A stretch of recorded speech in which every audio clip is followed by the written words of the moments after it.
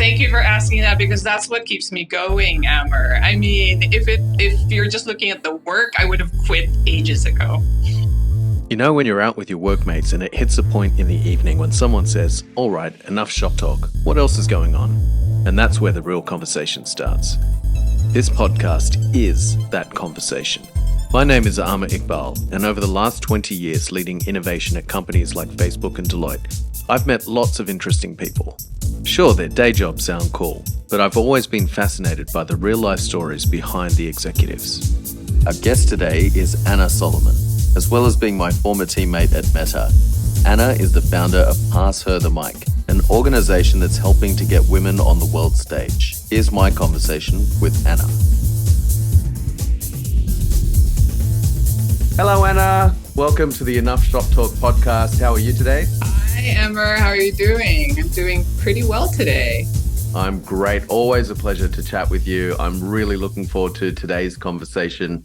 So, Anna, as you know, on this podcast, it's tradition to spend the first 60 seconds or less letting the guest talk about who you are and what you do for a day job. So have at it. Thank you. My name is Anna Soliman. I'm an agency development lead for APAC at Meta. That means I'm in sales. I basically partner with companies to help them succeed and get their optimal ROIs on Meta platforms and services. That's what I do. I love it. And that was much shorter than 60 seconds, which I like how you made it. Very efficient. Very efficient, very tight and concise. That's brilliant. So this is the point of the podcast, Anna, where I call a timeout and I'm going to say enough shop talk then. What I'm really interested in talking to you about today is another initiative that you've launched. So Pass Her the Mic is an initiative founded by Anna that's on a mission to get more women onto the world's stages. What an awesome mission and what a worthy cause. So I thought maybe just to get to know you a little bit better and your work with Pass Her the Mic, it would be fun to start with a game of true or false if you're up for it. Shoot. Okay, so true or false number one. Women make up only 30% of speakers in professional settings. True or false? Sadly, true. That statistic actually gets a lot worse when it comes to certain topics like business and tech. It gets a little better when it comes to more like women-leaning activities like fundraising. But sadly, it's 30%, more or less. 30%. Yeah, a bit of a shocking number. Yeah, we would expect it's better. Right? Yeah, I would hope so. So Pass Her the Mic provides a database of highly qualified women speakers for event organizers. True or false? True. It's a compilation of a lot of really, really good talent across APAC. And when we say a lot, like roughly how many people are we talking in the database? Right now, the database would have about 250 women, speakers. All of them are topic experts. So it's a big source of pride for me.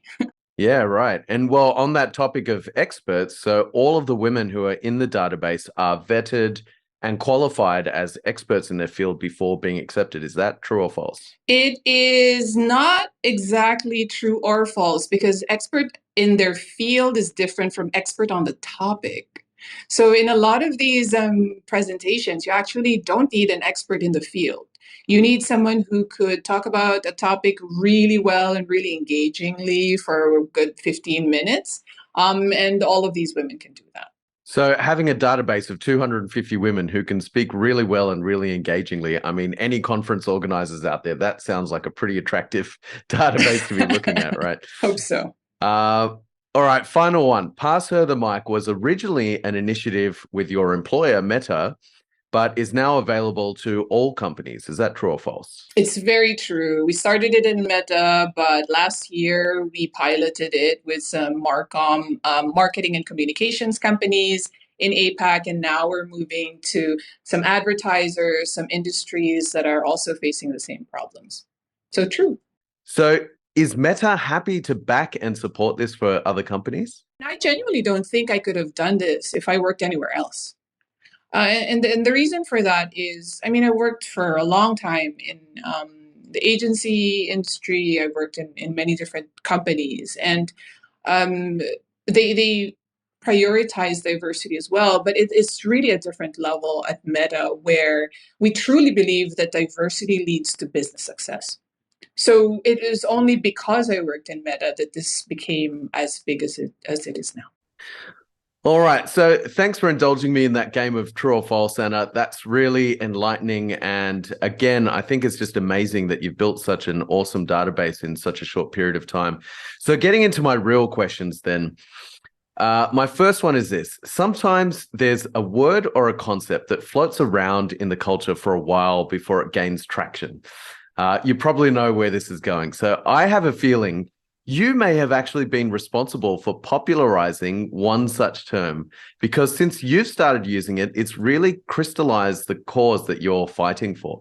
So my first question for you, Anna, is what is a Manel? Yeah, that's a very good question, because that's probably the one thing that I get the most comments on. I could speak for 20 minutes. That is the one thing they will remember. Manel. If you want to know what it means, I wish I made it up. I wish I wrote it, but it's been around for a long time. It's been an Urban Dictionary. It's short for man panel. So every time you look up in a stage and it's all men or predominantly men, that's a man panel. And that's really what triggered me to start Pass Her the Mic. I found myself, in my line of work, I host a lot of meetings. I host a lot of presentations. And I found myself about to host a Manel. That's how it all started, really. And what I usually do is I ask partners to give speakers recommendations, and most of them usually are men. That's not abnormal. That is a common thing that I would experience. But I don't know what it was in that one day that I just couldn't let it through. I became a real big pain to my teammates. I said, we're not going to do this event if we don't get diversity. And we were able to do it. And so that's when I started thinking, hey, there are these really talented women out there. We found 2 of them for this event. Why was it so hard? They were the best speakers I've seen in a while. And they were so, their voices were so fresh and their perspectives were so fresh. So I think that's what really triggered me to open a spreadsheet in the middle of the night and start writing names and details and then sharing them around to different teams. And it turns out that this Manel problem is universal almost. Like when I talk to other teams, they would say, oh, I needed that list. Can I also add more names? And that's how it started in Meta.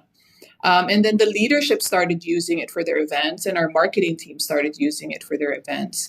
And then it really was a big push from a colleague of mine to take it externally, because he said, and it was a man who really pushed me and said, in every meeting I'm in, it's usually like a bunch of, I'm always looking for the women. There's hardly any in any of our engagements with this company. And so we started considering, how do we bring this to partners? And that's how it started in terms of partnering with the marketing and communications industry. And now I'm talking to someone in France who's saying, I have the same experience and I'd like to start this.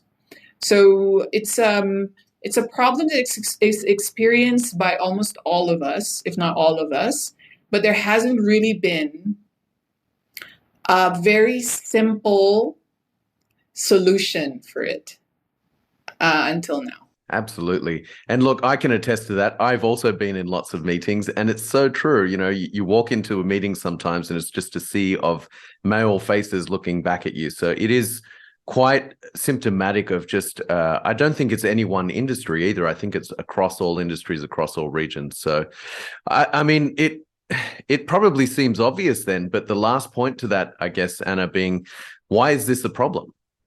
It's a problem because diversity is integral to business success. If you're talking to the same people and don't have a diversity of opinion in the way you make your plans and the way you learn about the world, you're only hearing like half the story. So I think that we always need to question the sources of what we're hearing. If we're hearing the same thing all the time, then there's no room for change. And I think that I don't know, staying comfortable with what we're doing, those events that have mostly men, that's a very comfortable process, to be honest. It's very easy.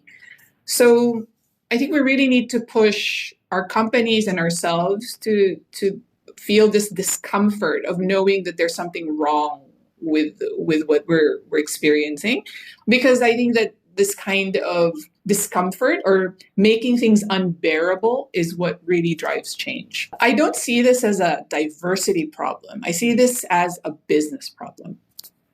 That's a brilliant way of summarizing it, I think, because that's really often what causes lots of companies to act, is when it pinches in the right place. And it truly is, you're right, diversity is itself, it is a business problem. It causes business problems. So I think that's really the impetus for most companies to act. Okay, so Anna, as well as being my ex-colleague, you're also one of the most Zen people I know. Which perhaps you need to be my colleague at certain times. But last time we caught up, you described how you managed to stay calm and present in everyday situations and moments, like even something as simple as being stuck in traffic or dealing with a rude clerk in the store or something like that. But to me, it feels like Pass Her the Mic has unlocked something else entirely in you. And it reminds me, there's obviously this very famous poster that we're all familiar with that's in every Meta office around the world that says, "What would you do if you weren't afraid?" And I kind of feel that the emotions of fear and anger are often portrayed as negatives, particularly in the squeaky clean world of Silicon Valley tech companies sometimes. So would you say maybe fear and anger have a role to play in both the problem but also the solution of getting more women on stage? That's a great question. I mean, toxic positivity is very real. And sometimes it's encouraged in a lot of places, mainly because we're always kind of worried about how it will impact other people's, mental health, and which is a good thing to think about. I think that if we over-index though in like positivity, what it does is it negates what you're actually experiencing, which is also very real. And so you mentioned anger and fear. I would actually reframe anger into frustration, mainly because I've done a lot of work on myself. I've done therapy, I've done retreats, I do a lot of reading and about meditation. I meditate, I do a lot of these things. And I rarely actually experience anger because it's an all-consuming emotion for me. And I that's one of the problems I had in my youth, that it just ate me up. And so I think now I experience frustration more than anything else. I know that it doesn't look like I don't experience anger because I have resting bitch face. That's just my face. I apologize for that. But internally, I'm quite calm, actually. I'm quite placid. I also love drama. That's why I look like I'm angry all the time. But frustration and fear for me have two very different roles. They're actually almost opposites. Frustration is what gets me to act. Fear is what holds me back. So one helps me and one does not. Frustration for me is the reason why in the middle of the night I opened a spreadsheet and said, well, no one's solving this, so I might as well just start doing it myself. And that's where Pass Her the Mic came in. But then for fear, I realized that I've had this idea for years and years and years. I never acted on it. And it's because I was afraid of judgment, retaliation, people saying things behind my back, et cetera, et cetera. But I also work in a company that values diversity as part of business success. I enjoy my role. I love my teammates. And I was thinking to myself, if I don't take risks in this ideal state, then when the hell am I going to do it? So fear really took a back seat for a while there, so that it let my frustration then kind of drive me towards like action. So that's how I would think of frustration and fear. That's amazing, and a very well-adjusted way of looking at things. Clearly, you've got a very good therapist or you've been doing some great work on yourself, or you've found a perfect meditation practice. Because I think to be able to channel those kind of emotions and funnel it into something positive is something that can help all of us in the workplace and just generally in our lives as well.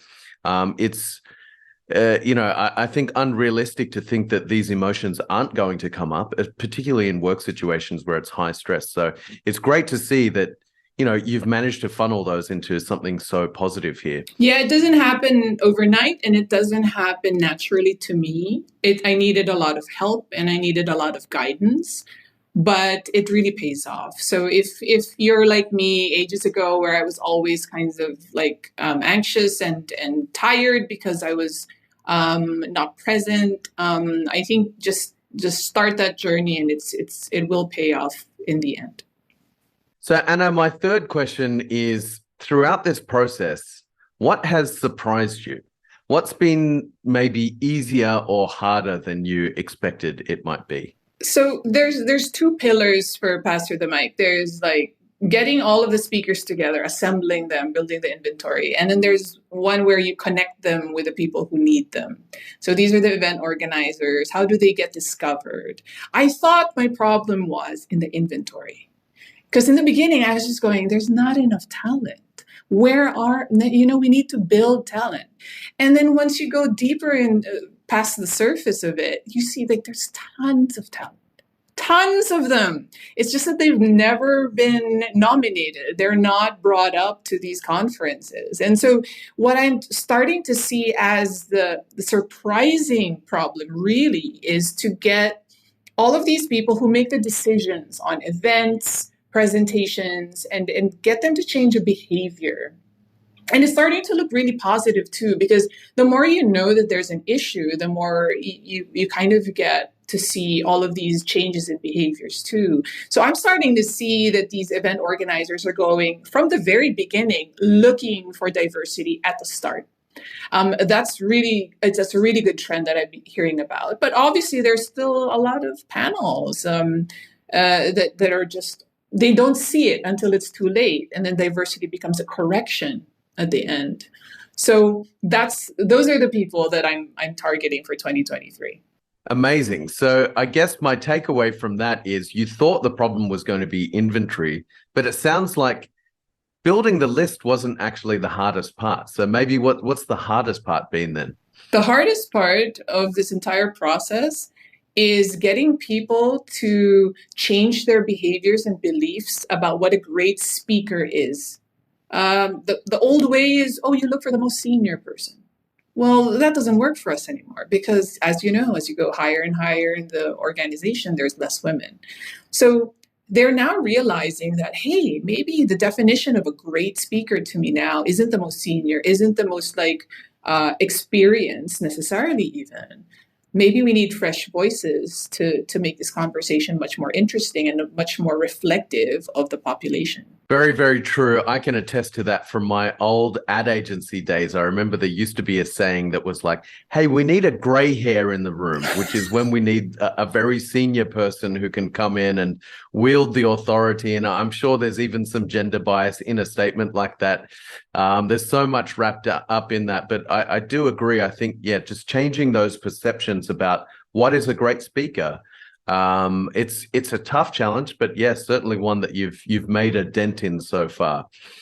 So on that, we come to our final question then. Let's end on a positive, uplifting note. Final question for you, Anna. What have been some of the good news stories to date then? Oh, thank you for asking that, because that's what keeps me going, Amber. I mean, if you're just looking at the work, I would have quit ages ago. It's a lot of work, but what really gets me going are a few things. One is the program is spreading. So outside of my own pushing and kind of talking about it, there are people who are really picking it up and doing it on their own. It was launched in Brazil last month in December 2022 by an agency partner in Meta in Brazil. were looking into Europe. They were looking into some other industries as well. Like the automotive industry is very interested in fixing this problem within their industry and using Pass Through the Mic as a solution. So that's very exciting. And it's really just these small conversations I've been having with the women who are involved. Not only have they started speaking more and really kind of putting more value in their own careers and in their own skills, they're also saying that they've had ideas in the past that they just sat on for years. And just seeing the Pass Her the Mic program coming from one person working in the middle of the night on a spreadsheet, it really kind of encouraged them to take that one step towards changing something that's been frustrating them for a long time. So that's what really keeps me going, is that all of these changes are happening in different regions, in different minds, in different industries. And that's really the fuel that's been driving me forward. Another really good thing that I'm seeing is that we have these really big established organizations that are actually changing their behavior when it comes to organizing events and conferences. So one example is that there was one company that I called out who basically just invited the same people that they used to invite in every event. And what they did for their next event actually is that it's ages from that next event, very early, but then they started already briefing us on their requirements for that event because they wanted to make sure that diversity was baked in to the speaker bench very early on. And like I said earlier, there's some companies use diversity as almost like a correction at the end. That's trouble because you won't get the best speakers with that. But if you think about it very early on, and I'm starting to see it in these companies that I talked about, you'll have an amazing lineup of women. A lot of them are fresh voices. And you're gonna be like chilling until the next event because your diversity tick box is already ticked. So this is a very promising progress for a lot of these established companies.